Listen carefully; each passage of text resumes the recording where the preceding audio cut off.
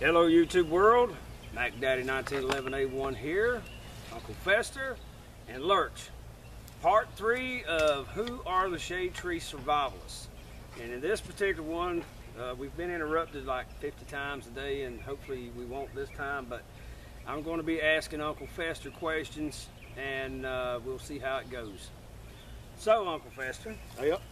we were talking about different things earlier. You know, you were asking me all these questions. What made you decide on your major weapon platforms?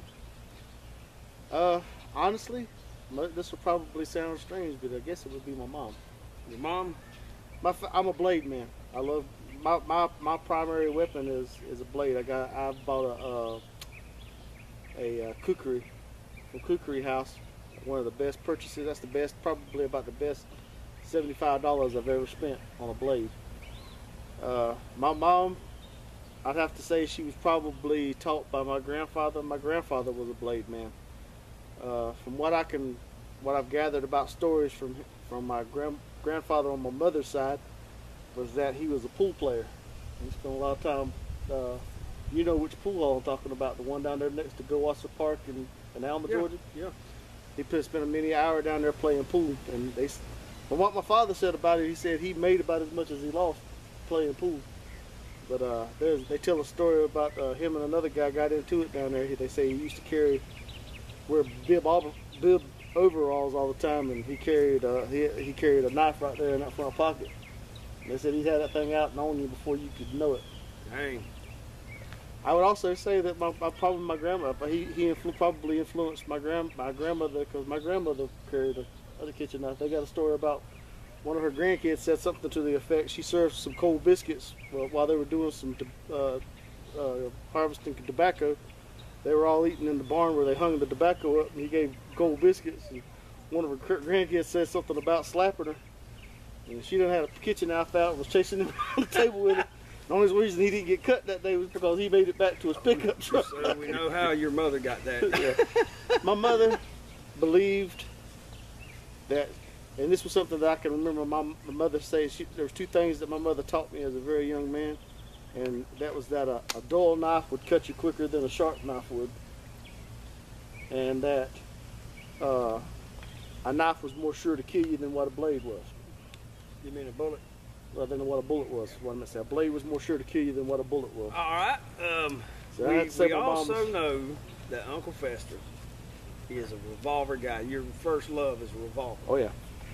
What is your favorite revolver of all time? My favorite revolver of all time. I have to say that my favorite revolver that I have owned was a Model 609 Taurus. It was a 8-shot revolver. If I remember right, I think it was an 8-shot revolver, and it was 6 inches long. It had the vented port barrels on it, and that was 50 yards out, I could hit whatever I wanted to with that. If you want to see that revolver, ladies and gentlemen, I do believe it is the Gun Range 2011 video series, the playlist that I have on here. I do believe we have some footage several times of you shooting that revolver. I love that revolver. Along I think with that was SKS. The revolver was the one I was wearing when I almost lost my pants. Yeah. That wouldn't have been funny. Yeah, that was not for you. Not for me or everybody else. Would have been hilarious, man. All right, but I will tell you, I've always been a revolver. I think my first handgun that I ever bought was a Ruger single 6, and I loved that gun. I probably, it was one of the older ones.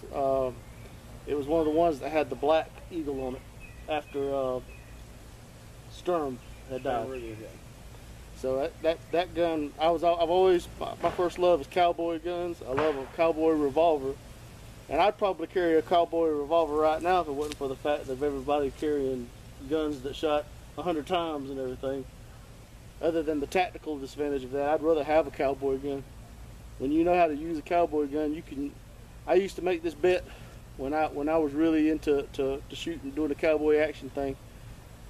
I made a bet with my father-in-law that I could shoot 6 out of my gun faster than he could shoot 6 out of his auto. He has a 22 auto, and I had my little 22 Ruger 6, and I outshot him by a bullet. I fired 6 through mine, and was one bullet ahead of what he could do with his automatic. So, why haven't you bought a modern revolver such as Jerry Miculak shoots? Because I am a cheap fatherless son. Okay. Honestly, I mean, if I had $1,000 to throw on a revolver, I'd buy one of those in 45 ACP and never blink. I get like that Colt you had that one time. Yeah. The hammer kept wouldn't do right. That's a cowboy gun. That was a 45 long Colt. Yeah. It wasn't a real one. No, but you know what I mean. Yeah. It was that was a Virginia Dragoon, made in Switzerland, wasn't it? No, Sweden. Sweden. That was a good one. I like that. If we could have replaced the hammer and the sear, and maybe the trigger, the internal guts, it would have been a beautiful gun still, because the bluing was flawless. Yep.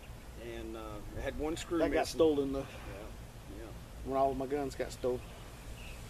Okay, what about the AK? Tell us about the AK. And well, the SKS and the AK, because you still have the love affair going on with the SKS. I've got an SKS and an AK right now. And I've got to say, for me personally, being a tightwad or being whatever you want to, being frugal with my money. Cheap. Is Okay. an AK supposed to be cheap? I just like the ruggedness of it. Yeah. I mean, now, it's like I've said before, one of the things that I found out with the AK was that if the mag's not right, you have to find out what mag that your AK likes. But once you get that figured out, after I got my magazines shaved down to where I needed them, that gun's never jammed. And I fired everything from wolf ammo to some of the cheapest WPA stuff that's out there. And I haven't had a single jam after I got the mags right. I like the reliability of it. You're not going to be shooting out anything past 300 yards with it, and as blind as I am, that's probably about as far as I want to shoot with it anyway. One more quick question on your weapons, and then we'll step off on another subject. But tell us about your project you got going on, if you want to. If that's something a subject you want to leave. Right now, I'm working on trying to build a AR-10. AR-10 platform. An AR-10 platform. Not my favorite platform, but I'm basically trying to build it one piece at a time. I've got a stripped lower, a stripped blemish lower from Palomino State.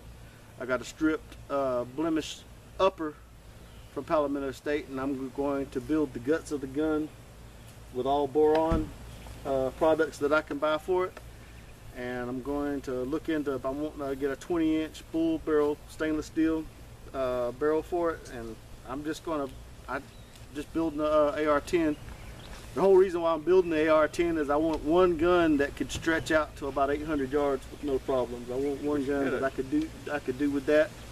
You know, you still haven't shown me those parts yet. I hadn't even thought about it until just now. Well, I think Irish has got the upper. I've got the lower out of the car.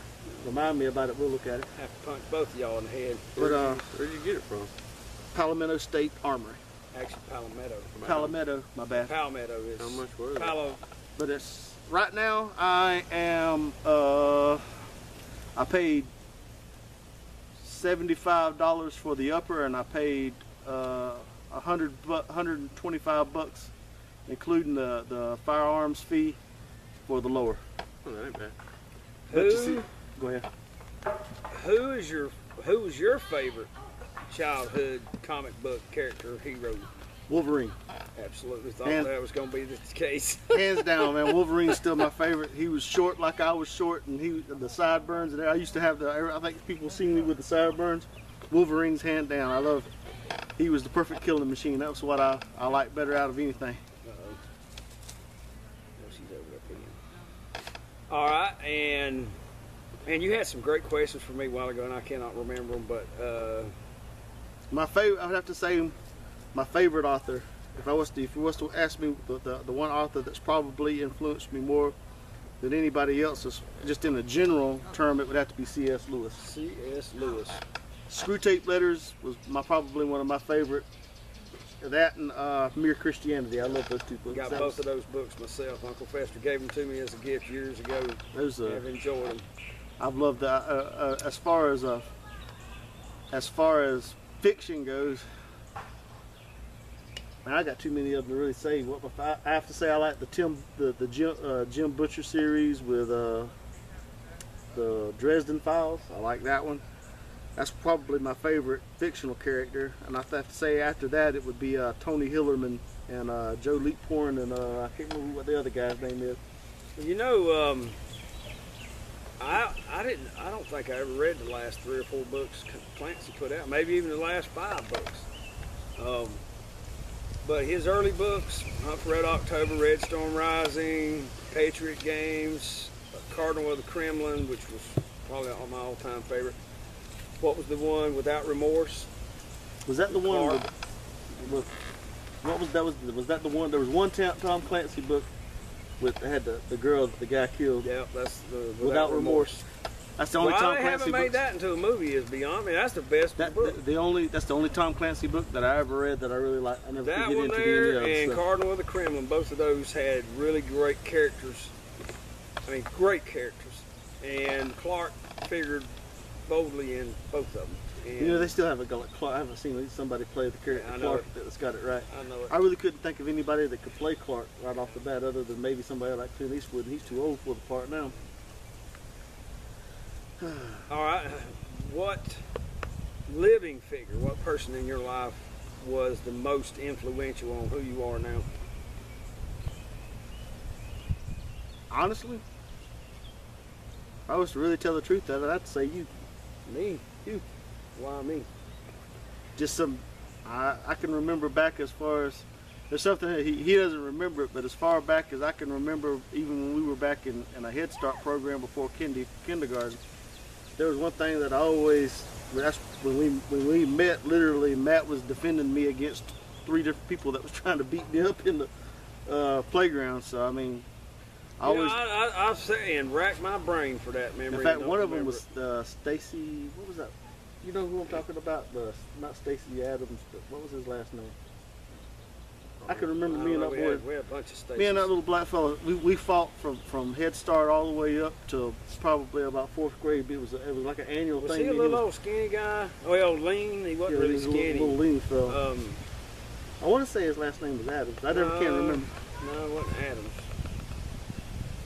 I don't remember now. Anyway, we had so many Stacys as girls and Stacys as boys. Yeah, and they just all the names blend together after a while. I don't remember. But I can remember getting picked on, and Matt coming to my rescue. And it's like, you know, that's probably more than once in my life that we would get into a fight. I'd be in the middle of a fight, and being one of the few things growing up, I've never been that much of an aggressive person. I'd usually be getting my butt kicked, and Matt would become running up in the middle of pull my butt out of the fire. I can't stand a bully. That just drives me up the wall. Even though Matt's sometimes sense of, I've always felt like Mac Daddy's sense of injustice. He can't stand injustice, and I can tell you more than once when there's times when I see injustice. You know, a lot of people say, you know, what would Jesus do? A lot of times when I see something like that, the first thing is, well, what would Matt do? And Matt would wade into the middle of it, and I've waded into a lot of middle of stuff that I might not have waded into if it hadn't been from my buddy Matt. Cause I know what I mean. I always said, when you know what it's like to be the one that's on the other side of that basically that injustice. You know, I think a lot of what, honestly, just in talking about what we're doing, a lot of what drives what we do with Shade Tree Survivalists comes from that sense of wanting to protect the innocent people from those that would prey upon them. I mean, that's just. I want to say something on this video, and I haven't thought about it until just now, but we was talking about, you know, right and wrongs and so forth. But we have our Shade Tree Survivalist family a true hero now.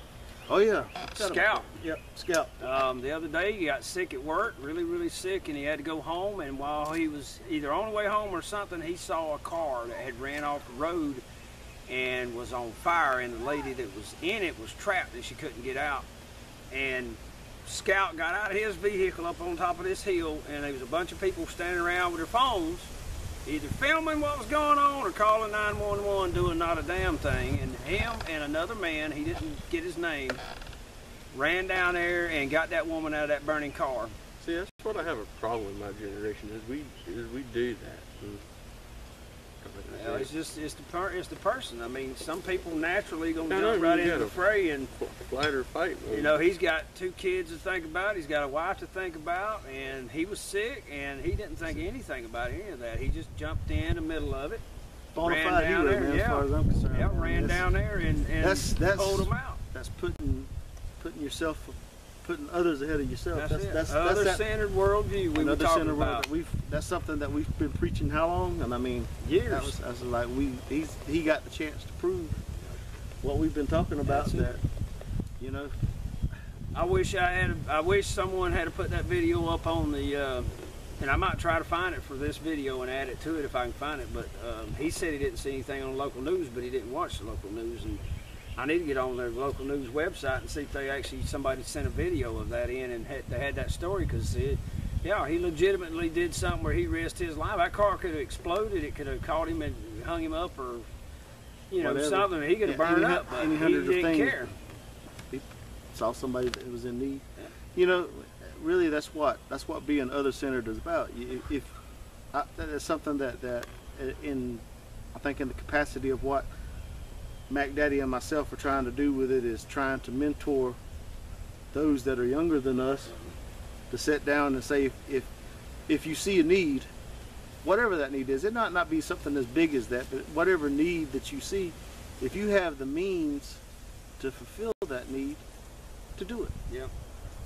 I mean, not because of hey me, just because you know you might be the one in the need that somebody's got the means or the knowledge or the materials or whatever and to you sit know, down. this is something else, and not out of guilt trip. Well, I ought to do it. No, just you want to do it. You want to help. You really want to contribute and help your fellow man, or woman, or child. One of the questions you asked me earlier jogged something in my head just now. My biggest fear is not making a difference. My biggest aspiration is in the critical moment when the crap hits the fan, when the car's on fire and a woman needs pulling out, being able to make that difference that saves a life, you know, or prevent someone from being injured or killed just simply because I'm there and I'm willing to do what needs to be done.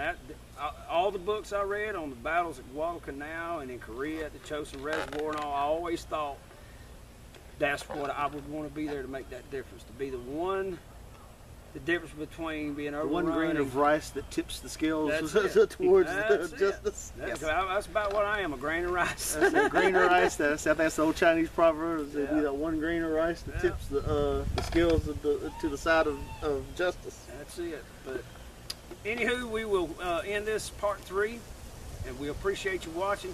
Stay tuned for part 4. This is Mac Daddy 1911A1. Uncle Fester. Alert. Thank you very much for watching.